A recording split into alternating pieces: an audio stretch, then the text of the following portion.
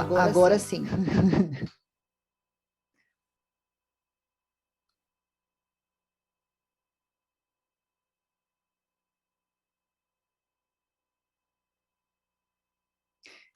Boa tarde a todos e a Good todas. afternoon, ladies and gentlemen. Welcome, Eu sou Ana Paula Gaspar. everyone. My name is Ana Paula Gaspar, and today I'm going to mediate this event, Inspiration for the Teaching of Science and its Technologies.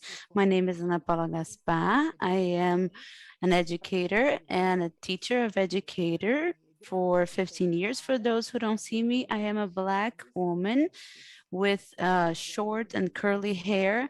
I am wearing a pearl earring and a light green blouse. I would like to thank British Council for this invitation and also congratulate since now art and culture that produced this event for us very dearly. I would like to congratulate everyone who is on the technical team and also the translators of English and Portuguese and our sign language interpreters.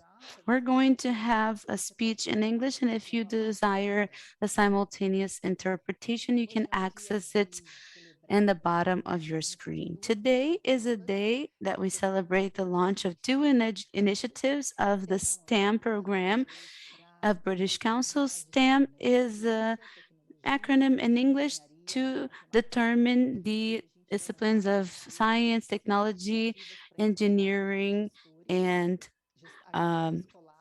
mechanics. Today, we're going to talk about management of science, teaching, and technology. We're going to have the participation of Tom Lyons of STEM Learning in the United Kingdom, Nina Daora, who is a scientist and researcher, and Camilla Alô, that is a representative of the teaching of science in Niterói, the municipality of Niterói. You can ask questions to all of them throughout their speeches, and also at the end of their speeches, you can write your questions on the chat.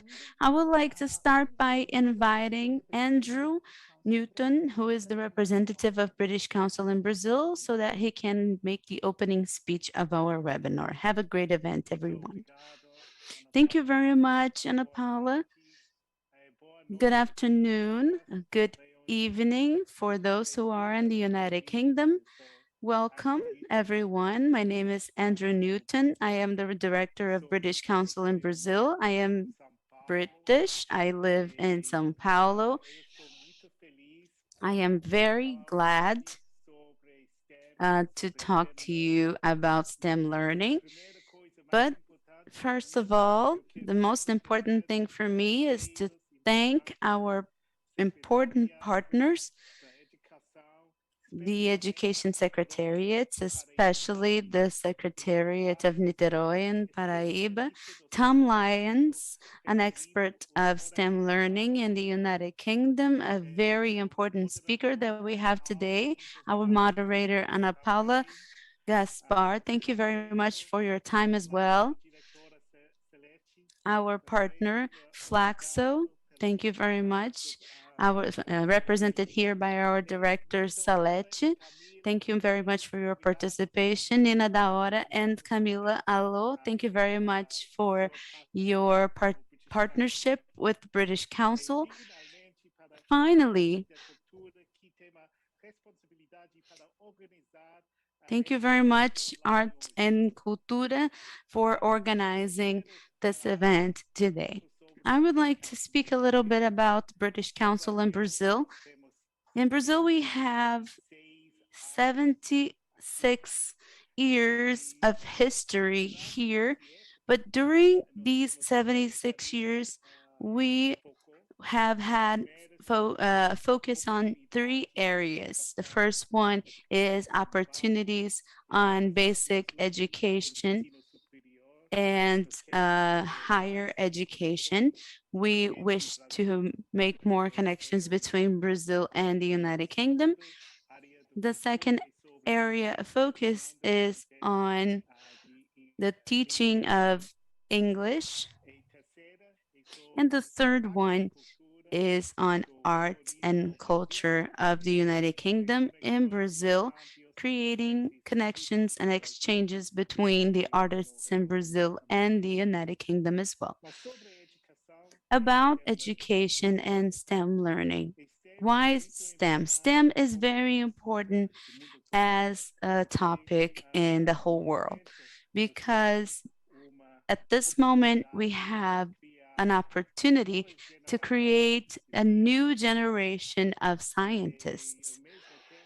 At the same time, we have more technologies and more opportunities to connect the youth online with other countries and to collaborate on projects in science, technology, and mathematics as well. Another challenge is offering this opportunity for women and girls. And we have a special focus on a program called Girls in STEM and Women in STEM. This is a program to create projects and clubs for girls and women to participate in STEM for also boys and men alongside them. We wish to develop this project not only for this year, but also for the next 20 or 70 years to create this path for the new generations. Because at this moment, we have many online technologies, many types of content, and many opportunities to facilitate as this workshop today. I wish you have a great event and thank you very much for your attention.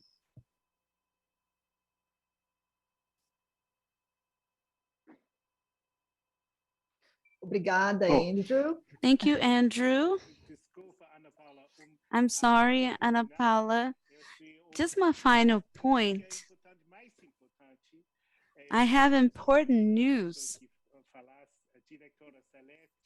The next person who is going to speak, the director Salete, in this event, Flacso is going to launch a very important survey on initiatives on science. We have good news on this event today. Thank you very much, Salete, for your partnership as well on this survey. Thank you very much.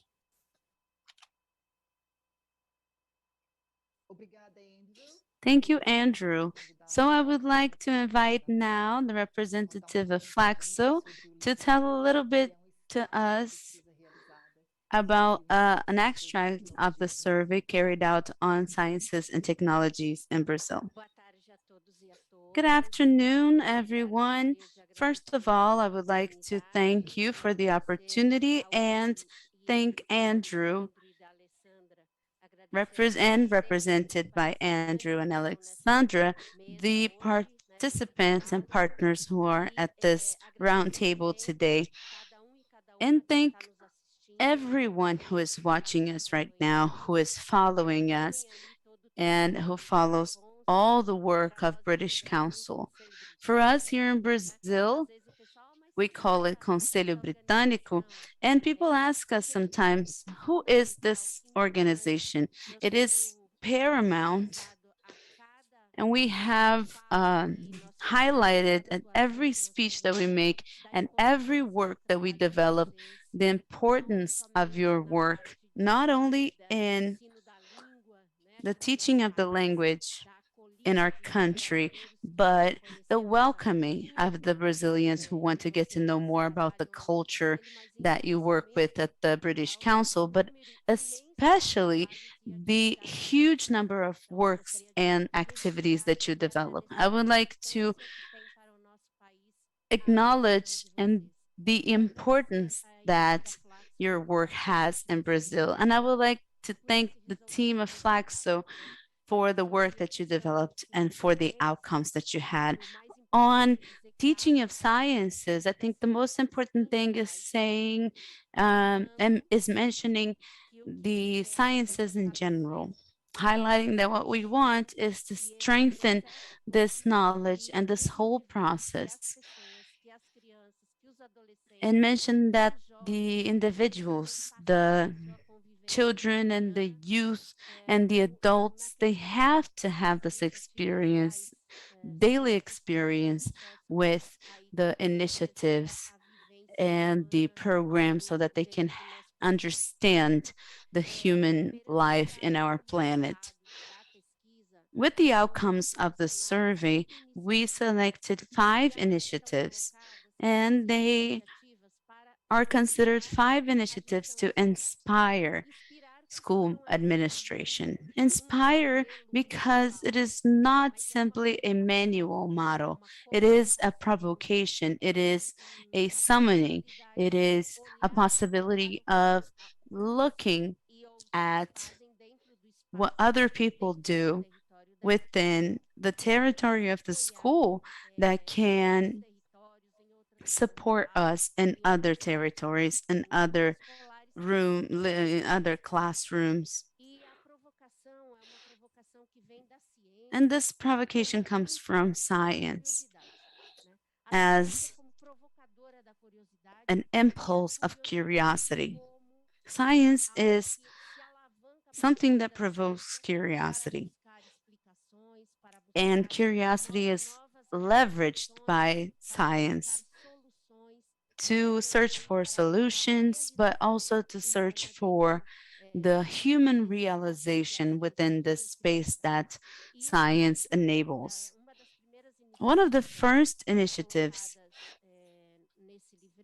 that is included in this booklet approaches the leadership, the school administrator, and the school coordinator that works with shared knowledge, with shared administration, and the maintenance of this space of the school territory as a space of curiosity, as a space of opportunities for the daily science to happen among all of those that participate in the school space.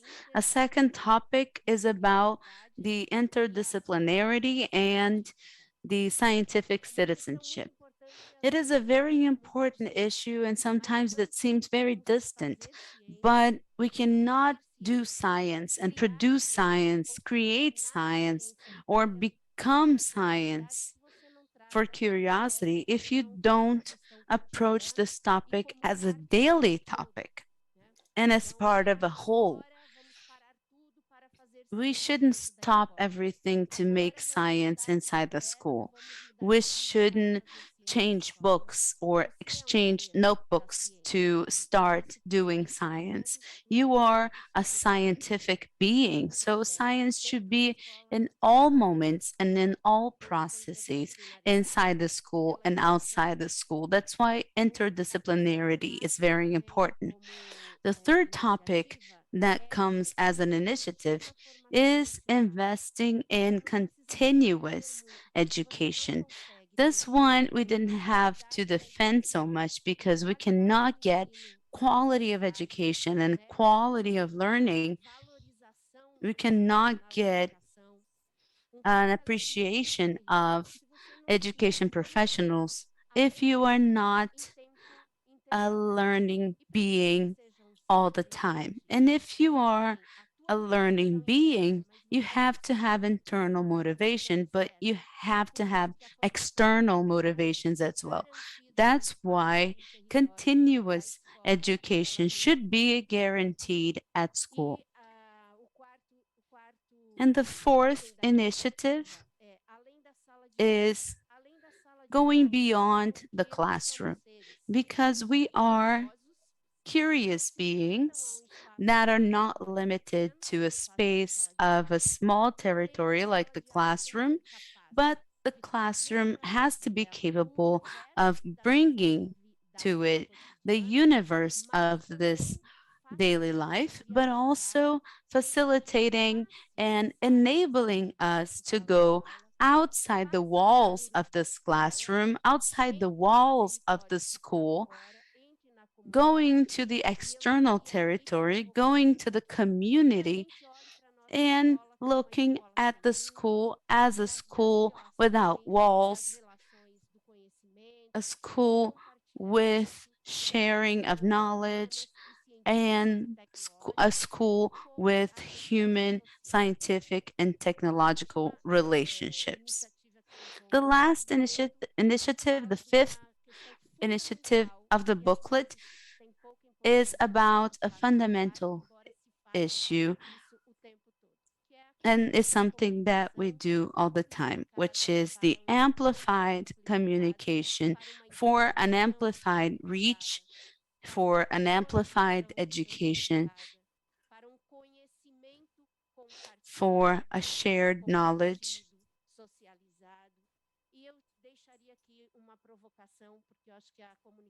And I will leave you with a food for thought.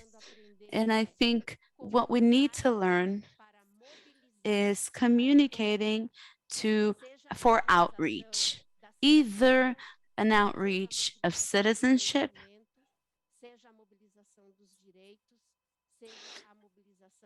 outreach for rights, or outreach for society. That is what we need to learn. I would like to thank you, and I'm sorry if I went over the time that was established to me.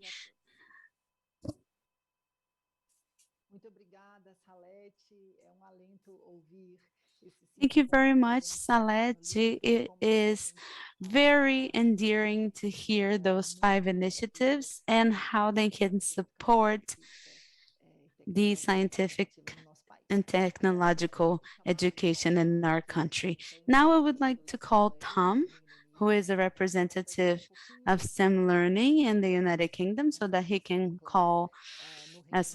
tell us the impacts of STEM learning in the United Kingdom. Tom, welcome. The floor is yours. Thank you very much. Thank you. So I'm Tom Lyons. I'm the STEM enrichment lead at STEM Learning.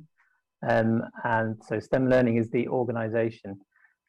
So first of all, thank you very much for inviting me here.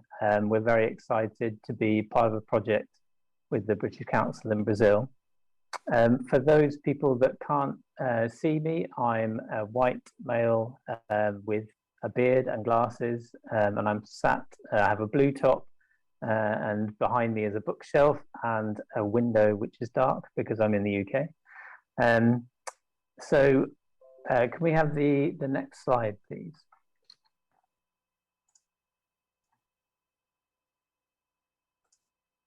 So yes, as I said, I'm from STEM Learning.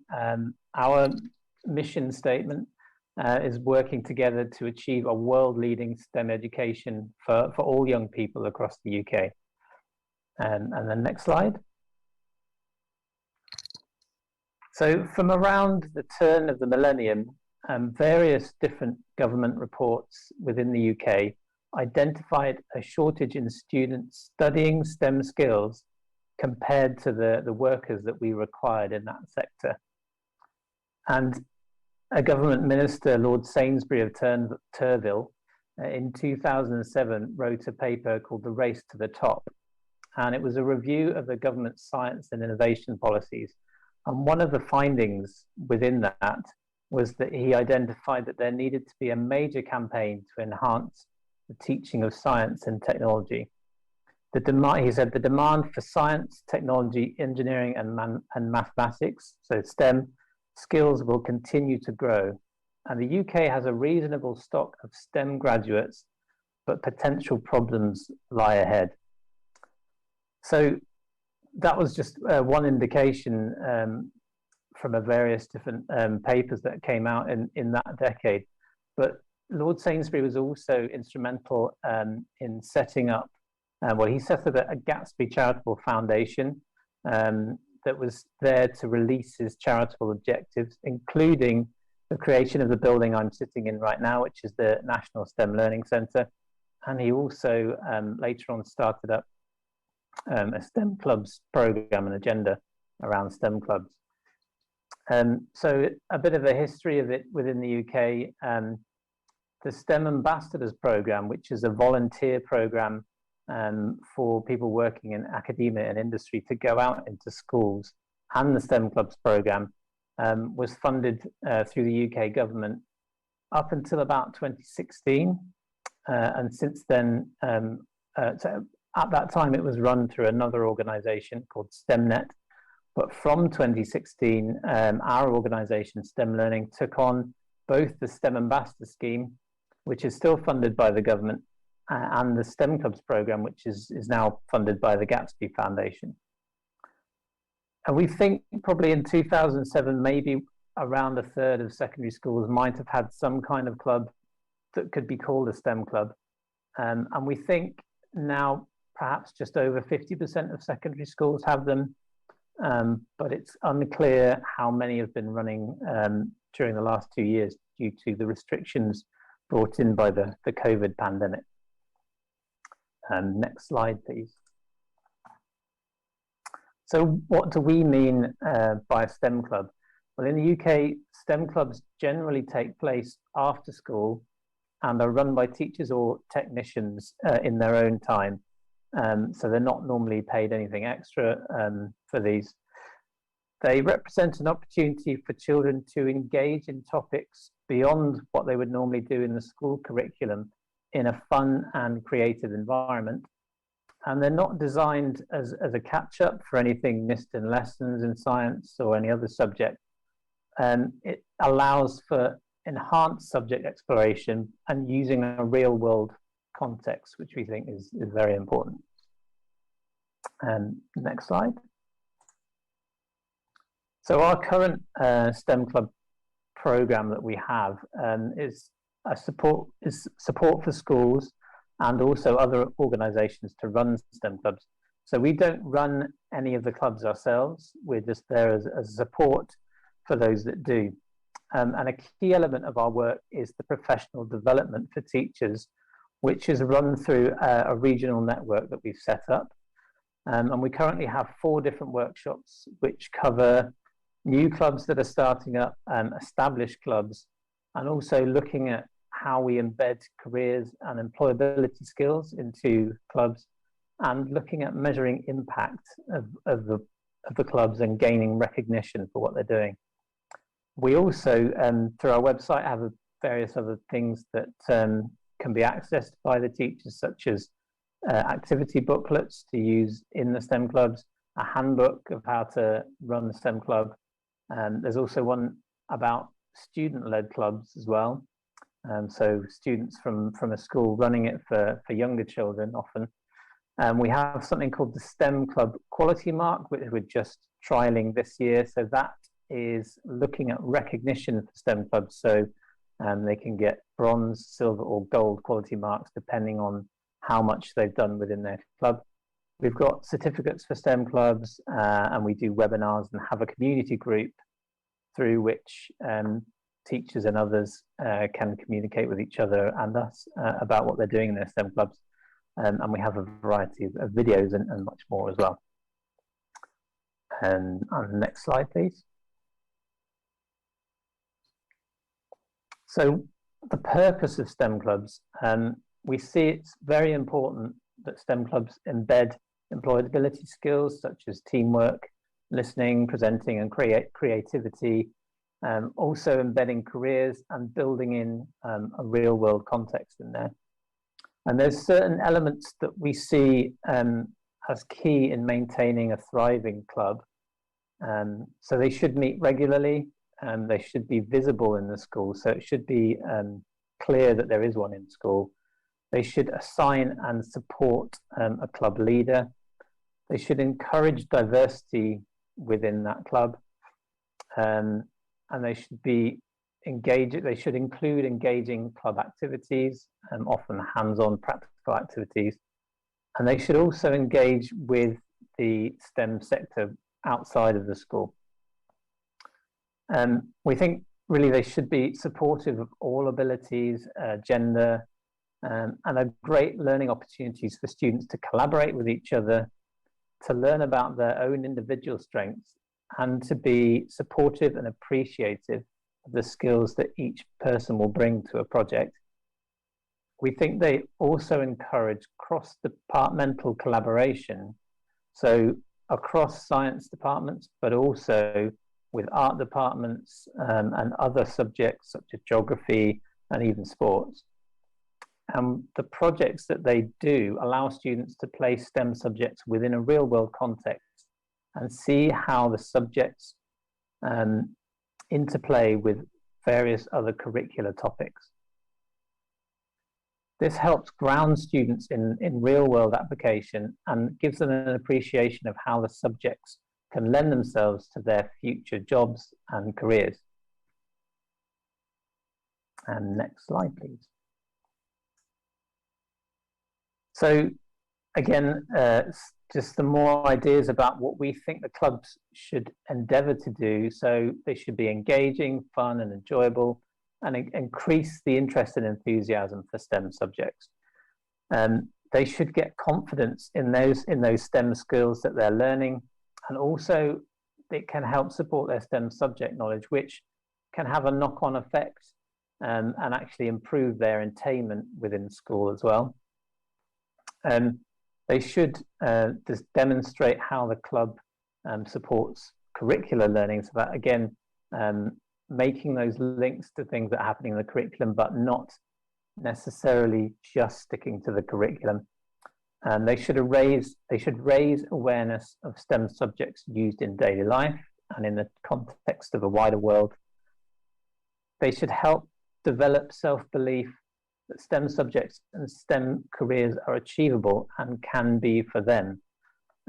So this is about building up what's often called in the UK science capital. So they actually believe that this is something that they can do.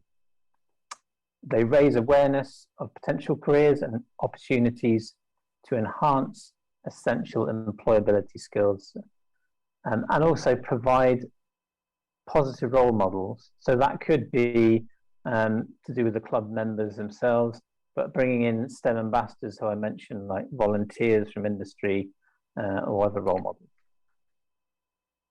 And the next slide. So as part of this, I was asked to speak about English as a second language in STEM.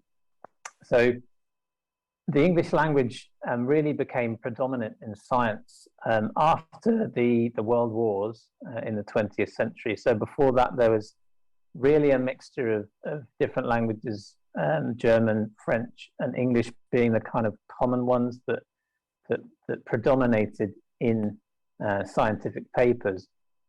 But after the World Wars, it did, and the influence of America, it did become kind of the universal language for science. So this is both advantageous for collaboration and transfer of knowledge, but it also can be a barrier for those where English is a second language.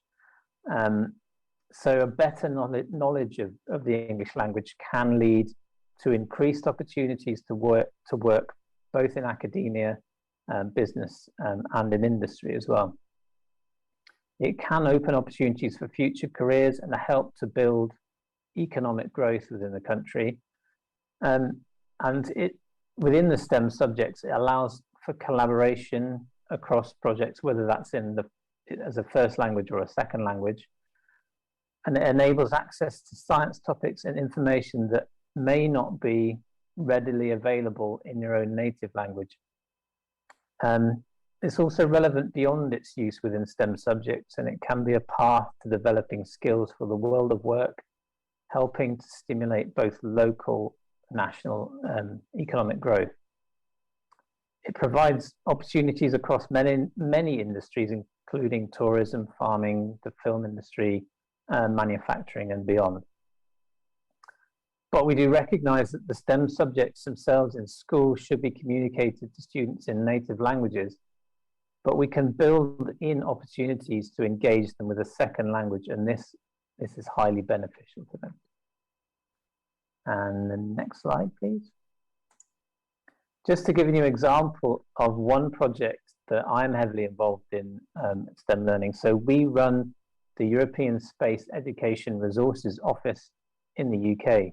So that the ESRO offices were set up by the European Space Agency, and their collaboration across all the member states of the European Space Agency. And there's now 20 different ESRO offices with almost as many languages.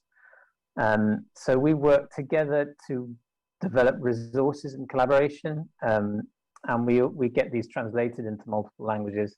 So it's the common language that we have. English is the common language within our working groups when we meet together, but each ESRO office will run professional development for teachers and produce resources in their own languages for students there. And one particular, as you can see on the slide, whether you can see that well enough, I think you can.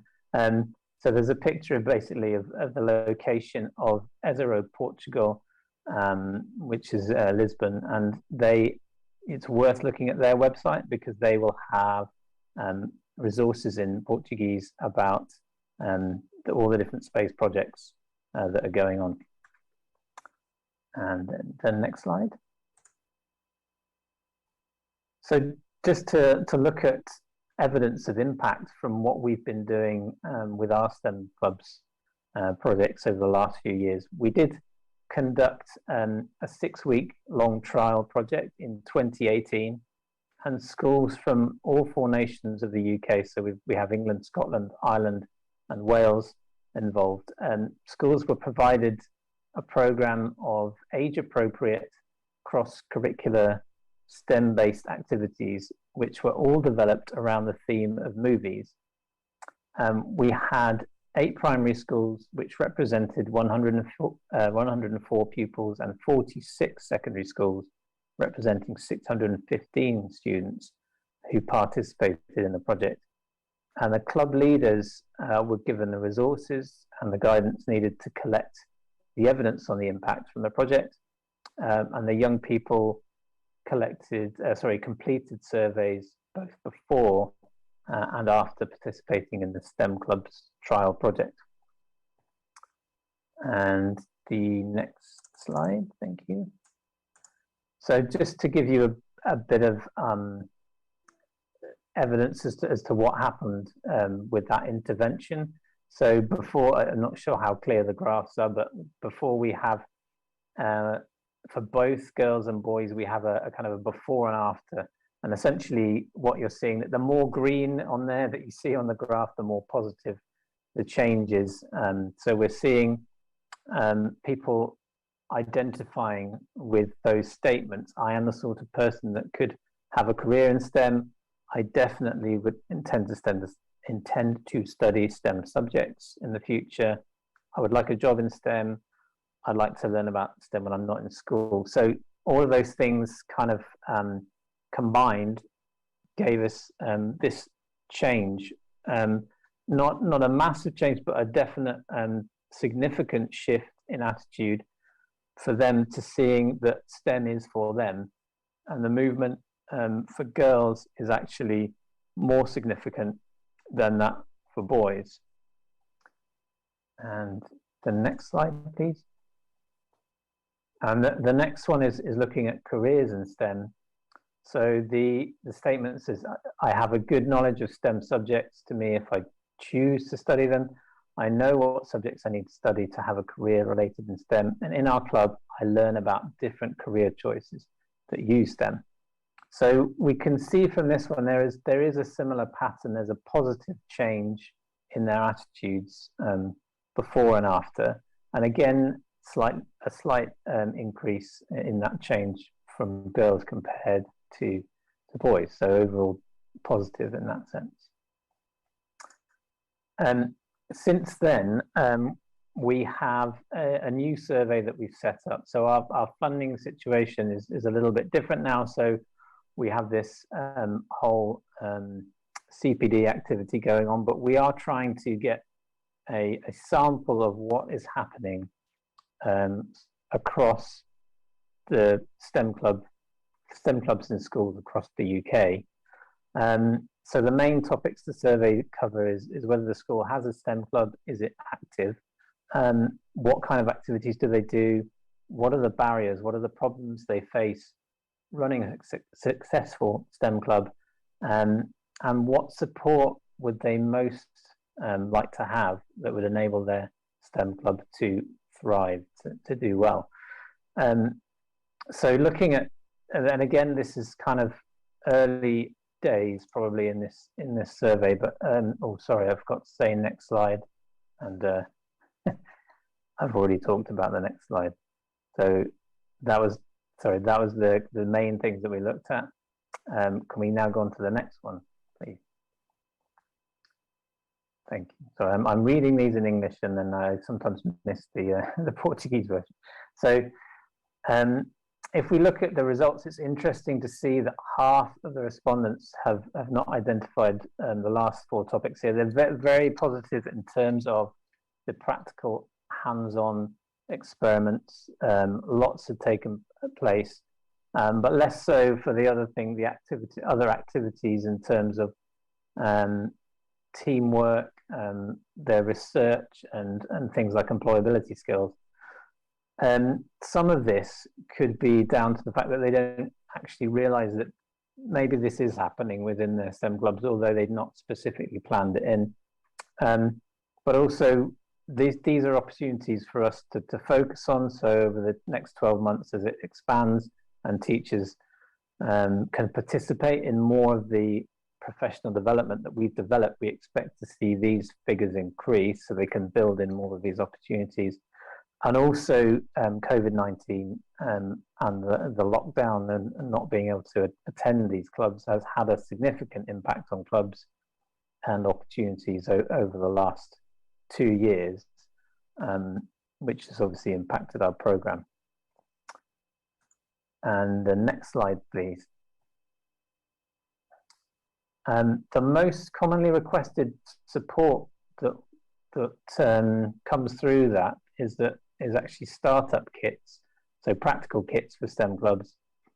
This isn't something we provide, and it's a very expensive thing. If you're having, imagine we have 50% of the schools, the secondary schools in the UK, so at least a couple of thousand schools. We couldn't provide kits for all of them. So we found this can be effective, but only if it's backed up with continuing professional development for the teachers. So you can't just, other organizations in the UK before have sent kits to schools and not provided this training as backup, and then the kits are put in a cupboard and forgotten about. So that is one thing that you have to think about there. Competitions and challenges are very popular. Many of the most popular ones in the UK, you do have to pay something for, but some you do not, and there's some are funded. We have provided grants in the past, so that's another popular one that's on there. But again, this is expensive and time consuming, and it only has an impact if the school is supported in their goals and the implementation of their grant funding. So again, if you just give them the money, but you don't really give them some guidance around it, or get them to really think about how they're going to use this money, or how's it going to create an impact, then it's not the best way of doing it. And conscious of time, I'm going to run through the next couple of slides. So can I have the next slide, please? So just another quick case study. There's a nice example of a school in Gibraltar, a STEM club there, so Bayside Comprehensive School.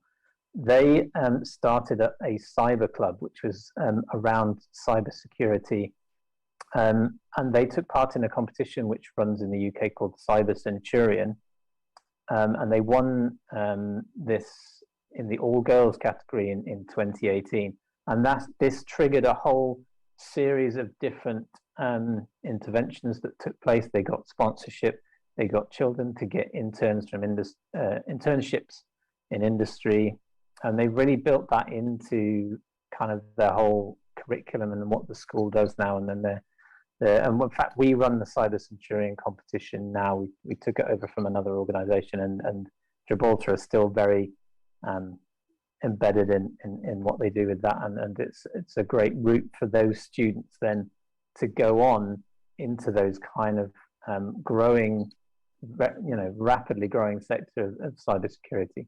So it just included a quote here from a teacher. They said, "It's essential that STEM clubs continue to collaborate and that we build valuable partnerships between education and industry. And I'm grateful and honored to be in such a position, not just in my daily role of helping learners, but also to bridge the gap between curriculum and STEM industries in a creative, inclusive, and sustainable environment that will stimulate our local economy and beyond."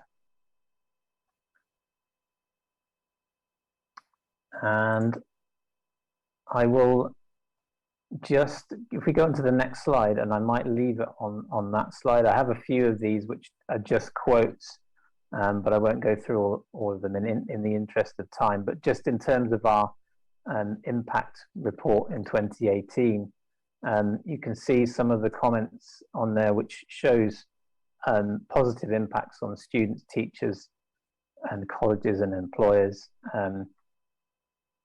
There's things in there about creating a buzz in the whole school, so creating that great environment. It's given motivation for one girl to continue their studies into STEM subjects, and yeah, so there's you can see that there's great comments across the board for the impact that these kind of STEM clubs have within school. And I will stop there so that we don't run too much over time. But thank you very much for inviting me, and I think later on there's an opportunity for questions. Thanks.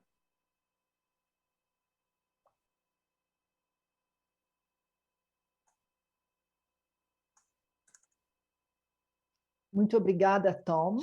Thank you very much, Tom. It was very inspiring. We were here on the background celebrating how incredible it would be if we had these opportunities in our schools.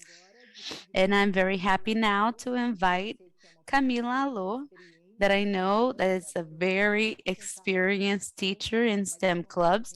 She is now in a management position, but she's going to tell us how the performance was in Brazil, how the performance of STEM clubs was in Brazil. Camilla, welcome. Hello, everyone. Good afternoon. Thank you very much for the invitation. I am extremely happy to be here with you and share a little bit of what we have done, what we have, and the partnership that we have established with British Council. For those who cannot see me, I am a Black woman with lighter skin, dark curly hair, long hair, and black eyes. Behind me, I have a TV, a window, and a white background. I speak from Niterói, a municipality of Rio de Janeiro.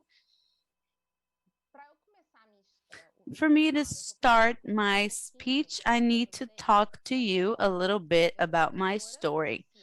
I am a science and biology teacher, and I work in the Municipal Network of Education of Niterói since 2011.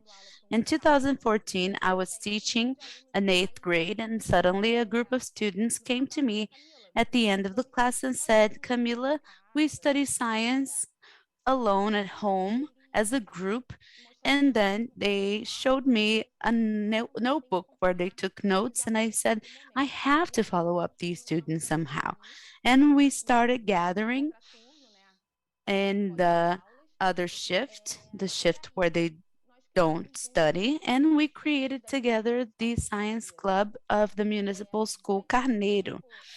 During this time, we have established a methodology where the students were invited in the beginning of the year to observe the situations around them at school, in the community, at the church where they went to, and in the path they took to go to school, when they were walking or cycling, the problems that they saw in the community, and which problems science could solve and how science could solve those problems.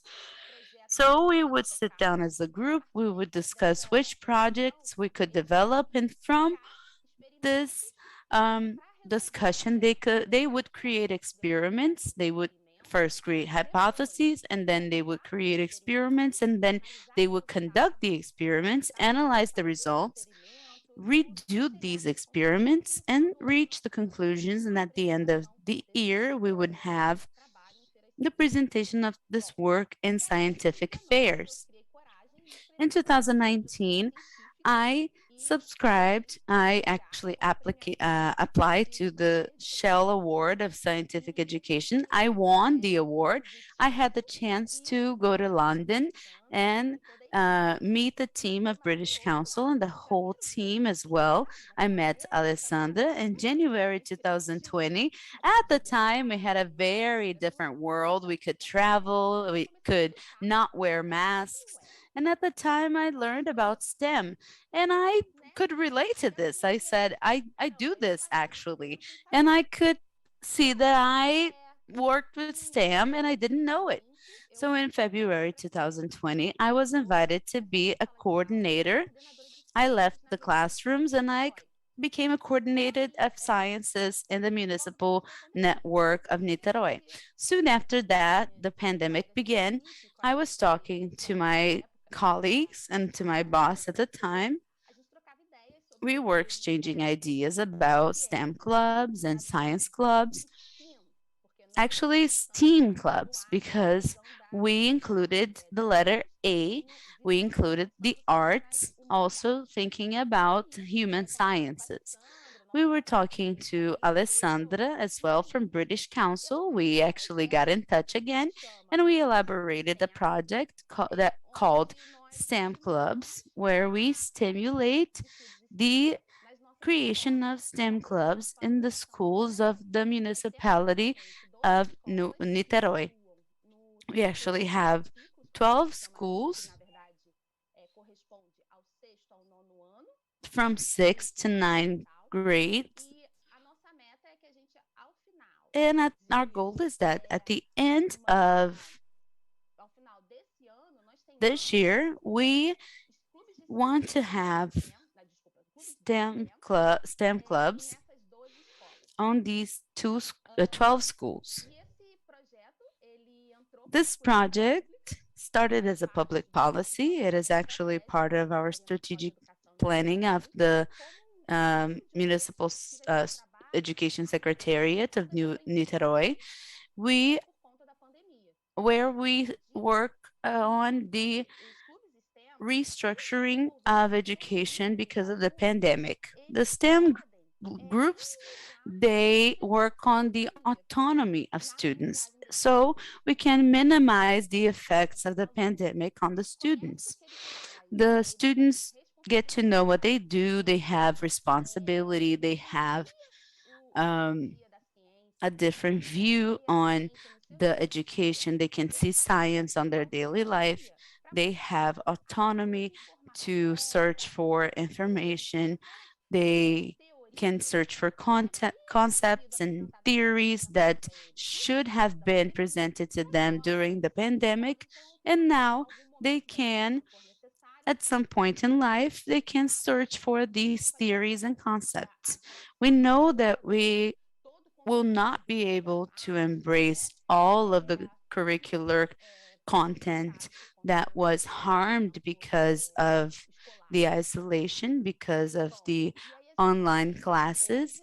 And today we have, in 2022, we started in 2021, a very interesting partnership with British Council, where we could offer to our teachers a speech by Ciência Dinâmica, Dynamic Sciences, which was a great experience. The teachers loved it. We nominated teachers to participate in the course of STEM, Girl STEM.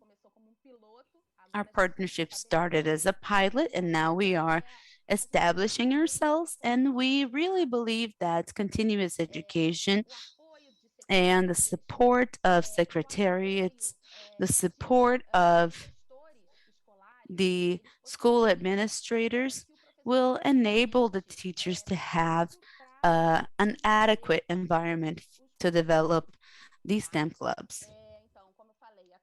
As I said, currently we have those 12 schools of elementary education. Because of the pandemic, this process became a little bit slower, but we have already two clubs that have been ongoing since last year. At the municipal school, Levi Carneiro is managed by Mariana, who is one of the students from 2014 that started the science club. Now she is a graduate student of sciences. She is the leader of our science club, and she's an intern at the school where she studied. So she's a very strong Black representative. She is the first one in her family to go to university. And there's another club that is ongoing. And now in February, we're going to start the third STEM club with a lot of partnership, with a lot of willpower, with the support of British Council, and with the support of the administrators in our network. We hope that at the end of the year, we will have other 10 STEM clubs impacting the lives of 5,000 students. We have the club participators, but we have the family members of the club participators, and we have the friends of the club participators, and we wish to impact them as well. Thank you very much. Now I can, afterwards, I can also answer questions if necessary. Thank you very much. Alô, listening to a teacher and an administrator is also very inspired. We also have people from the chat that are asking questions and making comments.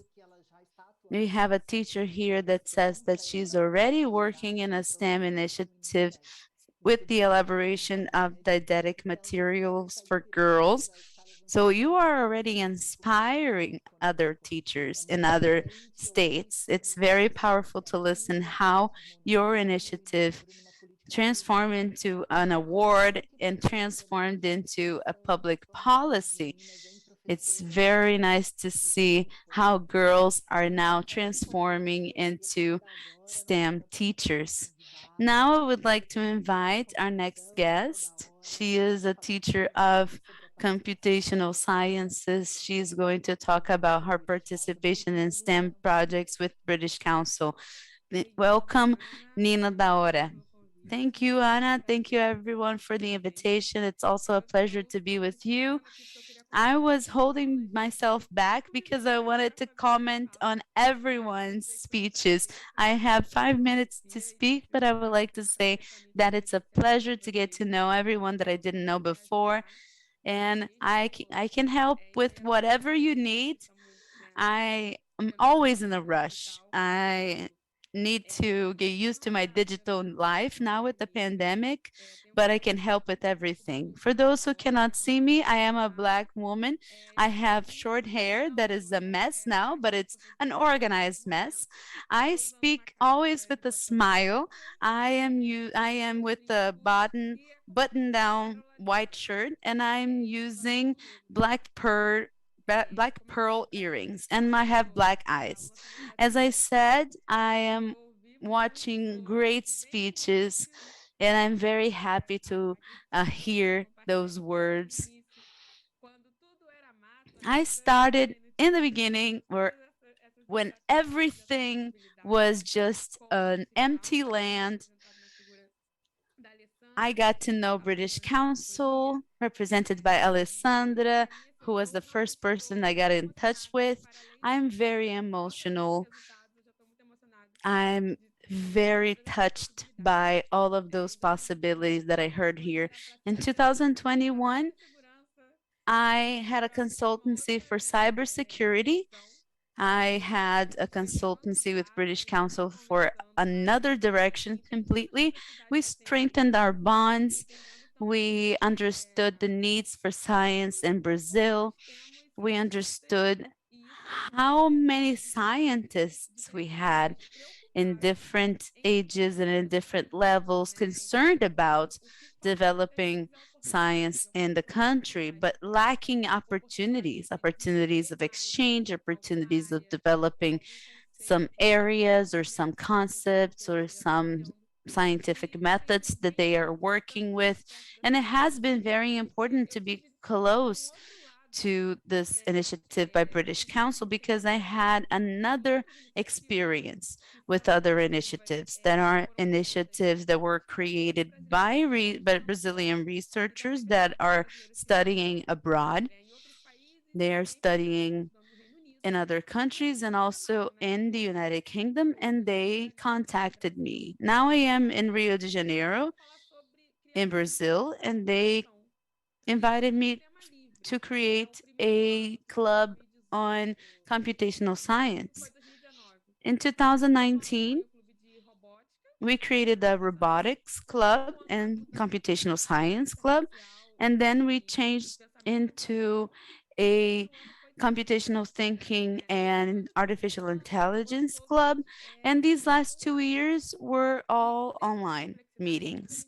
It was complex because we mixed students from Brazil and students from Latin America. So students spoke Portuguese and Spanish, and then we mixed students that spoke English, Spanish, and Portuguese. I was the instructor of the club, and I learned Spanish with the students. Sometimes I spoke Portuguese Spanish, and they were teaching me the better words to speak. So the students themselves started doing simultaneous translation to each other. I was very used to being the insider and not having an overview on structuring a science club, involving not only structuring the teaching staff, but also getting the students themselves that went through some of other initiatives so that they can come back and become teachers, so that we can bring the students closer to reality and closer to the concepts that are going to be worked on in some areas of science. So my expectations for possibilities are very big because I had the opportunity to see it as a teacher of science clubs, the power of Brazil, the potential of Brazil that can be explored in other regions and that can be potentialized so that we can have an efficient exchange by the United Kingdom and Brazil. I believe it's important to mention here, this is very clear in your speeches, the importance of the interchange of works. Having a student here in Brazil who is from the countryside of Rio de Janeiro and is searching for an opportunity to have access to content, free content, that sometimes the free content are in other languages like English. Having an opportunity to do an exchange, to learn and to be familiar with the language, that is very important. And it's very nice to understand the language in an area that the student already likes and is already comfortable. Bringing this experience of the science club in different languages, for me, it was a challenge. And always going to be a challenge. This is really good.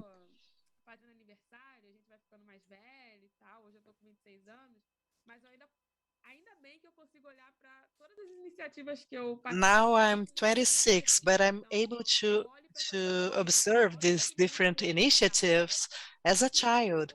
I see this world of opportunities and I think, what could I help with?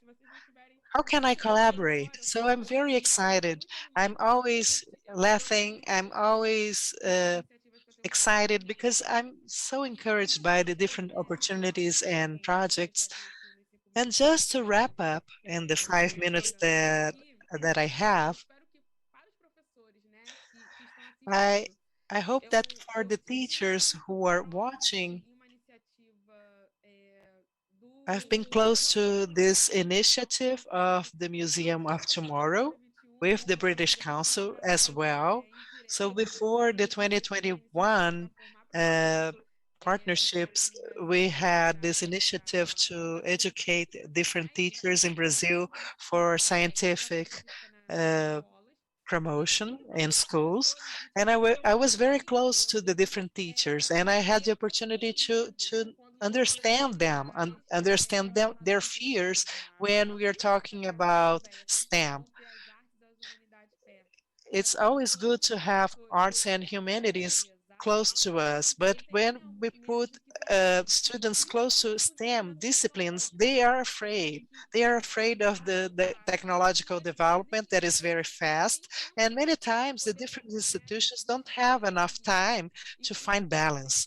And something that I've mentioned and talked to them that is very important in the role of the teachers from now on. I come from a family of teachers, so I'll always defend them. It doesn't matter if it's 2050, 2060, if we have flying cars, we must have teachers around because you have the ability that no technology has. And the technology will not be able to help in this development of students. Is the skill of guiding students among so many types of information and possibilities. So think about that.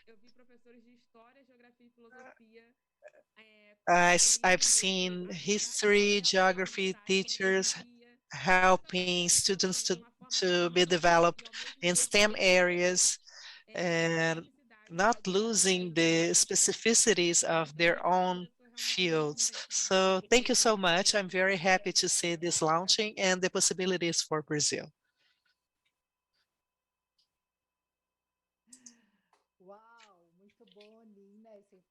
Wonderful, Nina. It was great to listen from you. You're so excited, so happy. Thank you so much for your speech and speaking about the importance of comforting the teachers in their fears. So I want to reaffirm this power that we feel in every teacher, including the the humanity teachers, inspiring to open new STEM clubs in different schools. I myself, I'm a history teacher. I would like to start with the Q&A, and I'd like to start about this topic, about the fears of different teachers. I wanted to ask Tom to know what were the main challenges in implementing STEM clubs in the UK context in the beginning of the program and when it became a government program. What were the main challenges to implement them in the United Kingdom? Thank you. Yes, I mean, I think the main challenges for us, just in terms of the way that teachers have to teach so much in the curriculum, they have a very full curriculum within their lessons and a very high workload overall. So it's difficult to for some teachers to find the time to be able to run these clubs outside of normal school hours with everything else that they have to do in terms of planning for lessons and marking and that kind of thing. So I think that's part of the challenge. It was something that was funded by the UK government at one point, but it hasn't been pushed or funded directly by the Department of Education. So that's another challenge. I mean, the funding that we get for what we do is through a charitable organization, So although it's changing a little bit in terms of there is more of an emphasis now coming from the government about doing activities above and beyond what you do in the curriculum. Since COVID, that's been another challenge there. And I think perhaps one other thing that just in terms of us being able to get visibility of what clubs are out there in the UK, part of that problem is the identification of them as STEM clubs when they might call themselves maths clubs, or they might call themselves code clubs, or eco, clubs, green clubs, that kind of thing, where the school or the teacher doesn't see that as a STEM club, because sometimes they see STEM as having to be all of the STEM, all the science, technology, engineering, maths together, when actually what we want to see is any one of those or any combination within a club, and that's what we would consider to be a STEM club. So I think that those are a few of the main things that we would think about.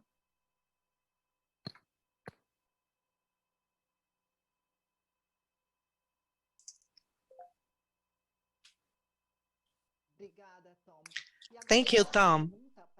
I have a question now for Camilla, but before the question, I'd like to comment, because I see on the chat box questions about the beginning of the work. Grace Juscelini is elaborating a STEM book with activities for teachers all over the state, and Laodiceia Nascimento, also from the state of Paraíba, is starting this STEM work with this project, Programe-se, Program Yourself. So congratulations for the teachers participating in this event. And Camila, how can public policy support the creation of STEM clubs in public schools in Brazil? Do you believe that the challenges that Tom brought are very different from the ones we have here? No, we have very similar problems here. This hardship concerning the overload, this difficulty in terms of the timetables and the times to offer the club. Many times the teachers want to do that, but they have to work day and night. Sometimes they work in 3 different schools. This is the reality of our teachers. So this is hard for us as well. We also have challenges such as resources, but once we establish this public policy, I believe that the advantage, in my opinion, is that you prevent these actions to be only in a specific time. So it's a policy of all the school community, of all the other schools, now that it's a public policy. And it's easier to get resources, to assign money, and establish partnerships with different entities, could be companies, other organizations. As Tom has mentioned, we could have partnerships with the industry. And if you do that in an encompassing way, the contact is easier. At the time when I was a teacher, we had a project that we tested different plant extracts to prevent the growth of fungi in bread, because they lost bread in their daily lives. And we started to test different plants that they heard that was good. My grandmother told me that this plant is good for that. So we started to test the anti-fungi effect, and we used a lot of bread. So we tried to contact a company that produced bread so that we could make that easier. And it was harder for us because we didn't have the contact. So maybe if we have a greater organization, that will become easier. I believe that establishing public policies will make actions uh, not to be for a season only, and that they end after that administration ends. Thank you, Camila. Now a question for Nina. Nina, we were talking about how incredible it would be to be part of a STEM club when we were kids, but after this time, of nostalgia, let's talk about the future. You've been leading computing studies in international education. So what is changing for the students that are going to be part of STEM clubs from now on?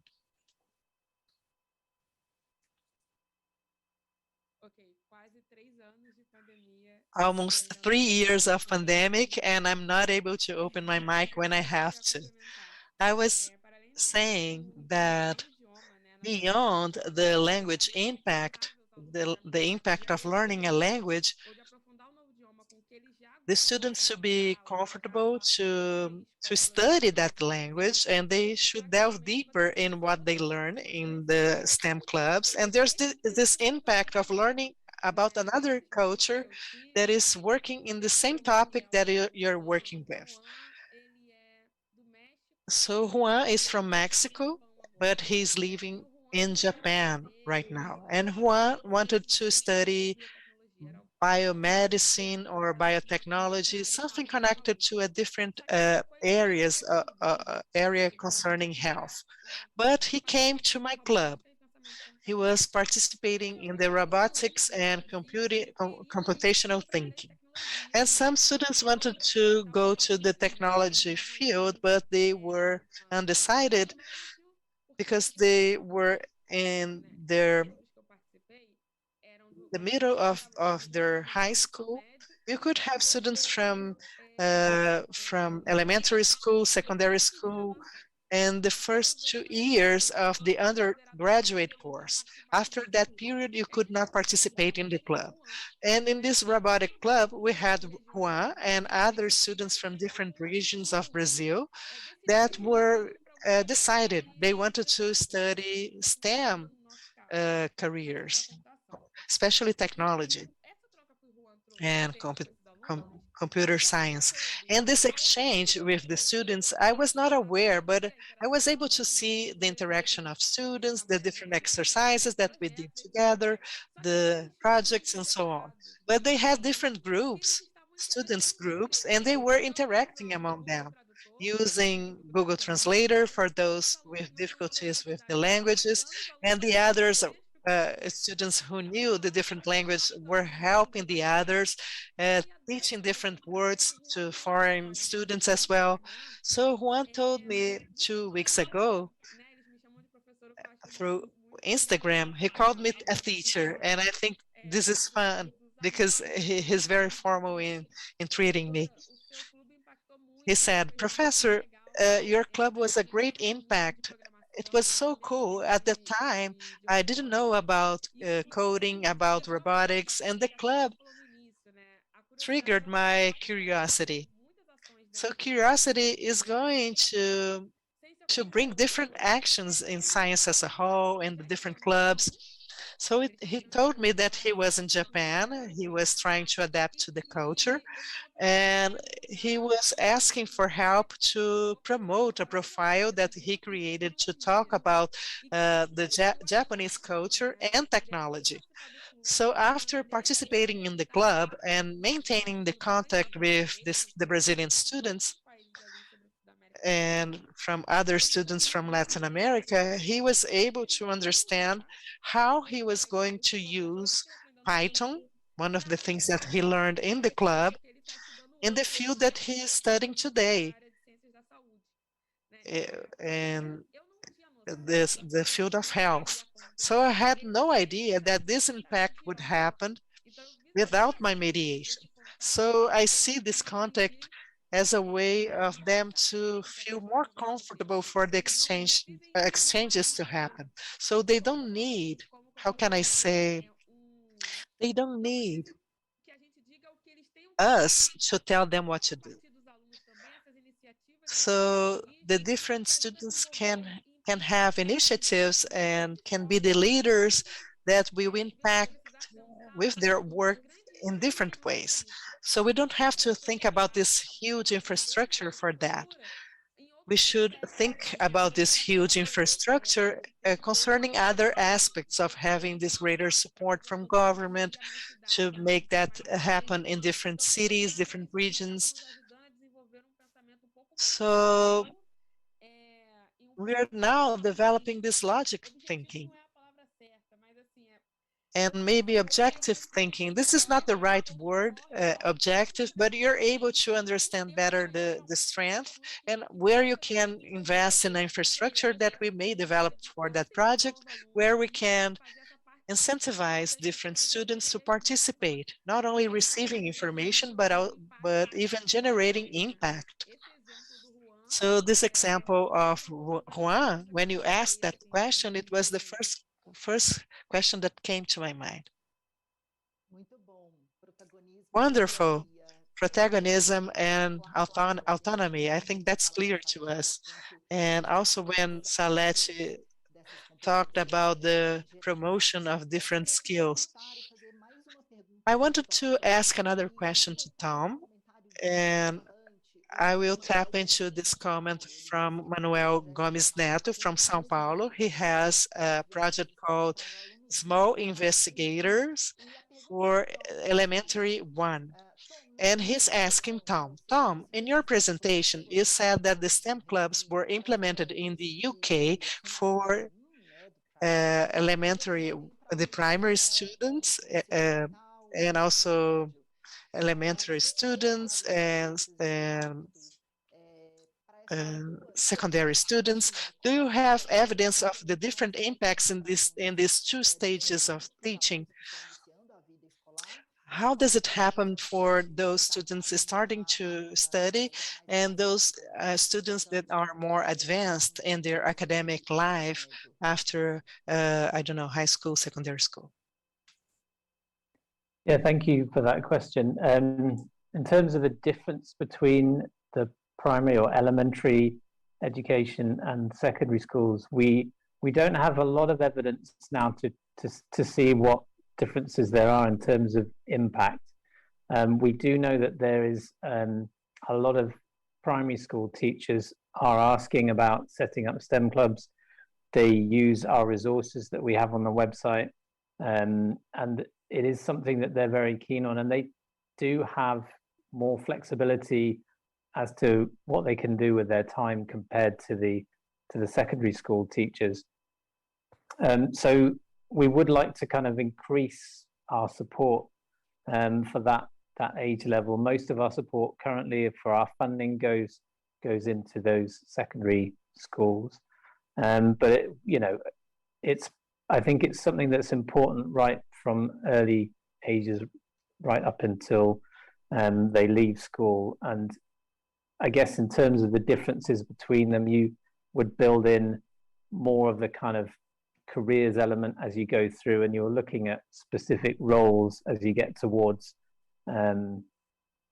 later stages, and you're getting them involved with more projects directly with industry, so hoping to sort of link them directly with local employers, get people in to talk about what they do in their job, and have people that this can work both at primary and secondary level, but hopefully get people in where they can see themselves maybe in, this is me in 10 years time, this is me in 15 years time, having those people come in and just talk to them about what they do, and possibly supporting those people from industry to do activities with them as well. So not just talking to the children about their jobs, but supporting them. So teachers working with those people to say, well, what activity could you do with the children as you come into the classroom to kind of give another element to that, and how could it link to your work?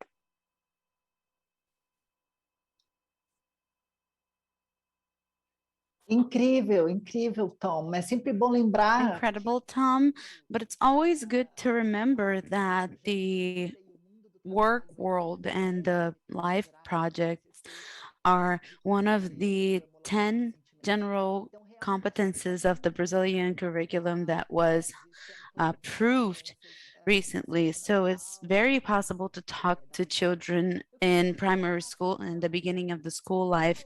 I would like Camilla Alô to talk a little bit about how it is for her and in her view, the main opportunities of incentives for teachers of primary school for STEM clubs. And Camila, you mentioned in your speech that during the pandemic, you had efforts of continuity. And here on the chat, you had a question by Cleide Risato on how to organize clubs during the pandemic. Maybe Cleide is still in the territory that still suffers from remote education. So please, can you comment on those two aspects?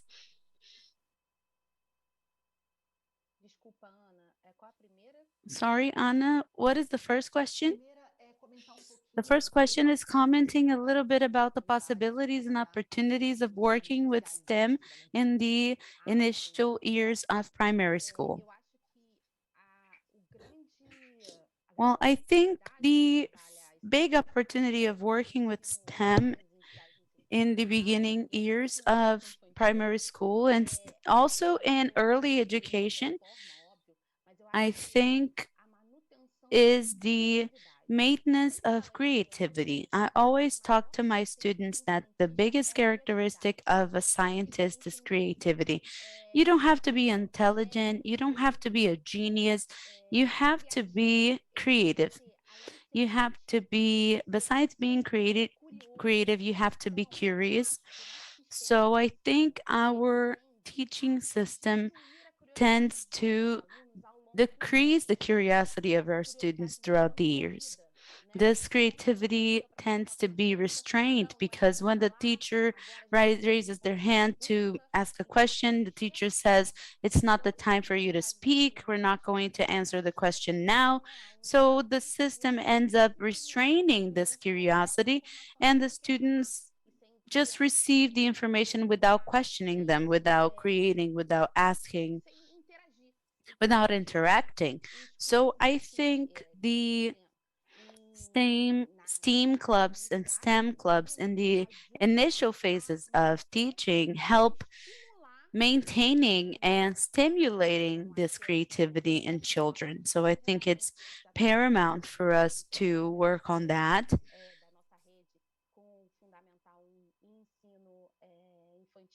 In primary school and early education that already have actions focused on STEM, and we want to incentivize those actions. Regarding the establishment of clubs during the pandemic, it is very complex. We were able to establish 2 clubs during the pandemic. Actually, when we were starting when we were returning to hybrid education with a lot of creativity. We were able to do that in 2 situations. The clubs were already a culture of the school, so the students were expecting for the club to start. They were looking forward to this. We carried out meetings online for those who had access to computers. And many times we developed projects where they could develop them at home. So in 2021, they developed very simple experiments like testing the quality of the masks that were available in the market at the time. So they gathered different types of masks like N95, masks made of fabric, surgical masks. They would place them at a mannequin and they sprayed water and coloring. And they placed behind the mask a filter, and they saw how much water with coloring achieved the filter, reached the filter. So they could see the quality of the mask. And those that didn't have access to the internet, they could do that at home, or they could, in hybrid education, they could do the experiment at the on the days that they went to school. So that was a challenge. We couldn't achieve 100% of the actions, but we could awaken that curiosity so that this year they could more effectively, from March on, start with all of the students at home without any kind of hybrid education. Thank you, Camilla. Thank you, Nina. Thank you, Tom. I would like to thank everyone who participated in this event, and also Saletti and Andrew that spoke in the beginning. And I would like to pass the floor to Alessandra Moura from British Council, who will do our closing. Thank you, Ana Paula. I would like to thank you, representing all of the partners who are here with us today, and say thank you very much for the impeccable mediation, and tell our audience that contributed so much with comments and questions. The engagement of the audience is very important for us. We record every single comment and question. The biggest learning that I have in this project, in the publication and during the learning and of the teaching for teachers and the formation of STEM clubs, is the strategy of mapping the results and creating a monitoring plan that could record where the students were and their perceptions regarding careers and the science areas and technologies above everything else, and how the STEM clubs were achieving results. I think this is the biggest lesson learned that I would like to highlight for those who are watching us today. Please record how the clubs start so that 6 months later you can see how far you went, so that we can have public policies and activities and basic education that are based on evidence. This is very important. This is a movement that we are creating in Brazil. I would like to leave the doors of British Council open for everyone as a partner on this journey for the development of basic education in Brazil. Thank you very much. So speaking of evaluation, please fill out our evaluation. That's how we can improve and offer proposals of activities that make more sense for those who are following us. Thank you very much and have a great afternoon.